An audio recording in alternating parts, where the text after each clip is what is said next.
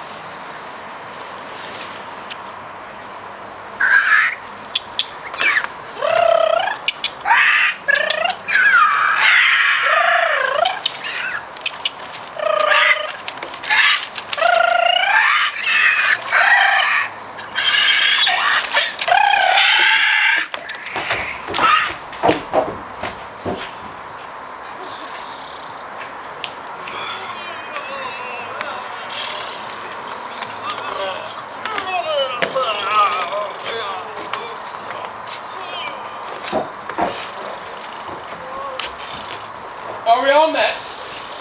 Hat. And here's a marvelous convenient place for our rehearsal. This green plot shall be our stage, this hawthorn brake our tiring house, and we will do it in action as we will do it before the Duke. Quince. What sayest thou, Bully Bottom? There are some things in this comedy of Pyramus and Thisbe that will never please. First, Pyramus must draw a sword to kill himself, which the ladies cannot abide. How answer you that? But you're laying a parlous fear. I believe we must leave the killing out when all is done. Not with wit. I have a device to make all well. Write me a prologue, and let it seem to say that we shall do no harm with our swords, and that Pyramus is not killed indeed. And, for their more better assurance. Tell them that I, Pyramus, am not Pyramus, but Bottom the Weaver. This will put them out of fear. Well, we will have such a prologue, and it will be written in 8 and 6. No, make it 2 more. Let it be written in 8 and 8. Will not the ladies be afeard of the lion? I fear to promise you. Masters, you ought to consider with yourselves. To bring in, God shield us, a lion among ladies is a most dreadful thing. For there is no more fearful wildfowl than your lion living, and we ought to look to it. Therefore, another prologue must say he's not a lion. Nay, half his face must be seen through the lion's neck, and he himself must speak through, saying thus, or to the same defect, ladies, or fair ladies, I would wish you, or I would request you, or I would entreat you, not to fear, not to tremble. My life for yours. If you think I come hither as a lion, for pity of my life, no, I am no such thing. I am a man as other men are. And there indeed let him name his name and tell them plainly he is snug the joiner. Well, it shall be done. But there are 2 hard things. That is, to bring the moonlight into the chamber, for as you know, Pyramus and Thisbe do meet by moonlight. Oh, doth the moon shine that night we play our play? The calendar, calendar! Look at the almanac! Find out moonshine, find out moonshine. Yes, it doth shine that night. Well then, we may leave a casement of the great chamber window where we play our play open, and the moon may shine in at the casement. Aye, or else one must come in with a bush of thorns and a lantern and say he comes to disfigure or present the person of moonshine.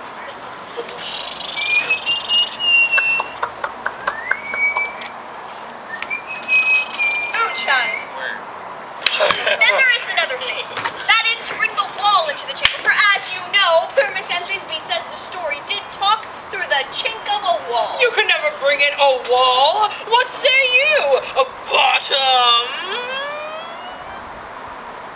Some man or other must present wall. And let him have some rough cast, or some loam, or some plaster about him to signify wall. And let him hold his fingers thus, and through that chink will Pyramus and Thisbe whisper. Well, if that may be, then all is well. Come, sit down, every mother's son, and rehearse your parts.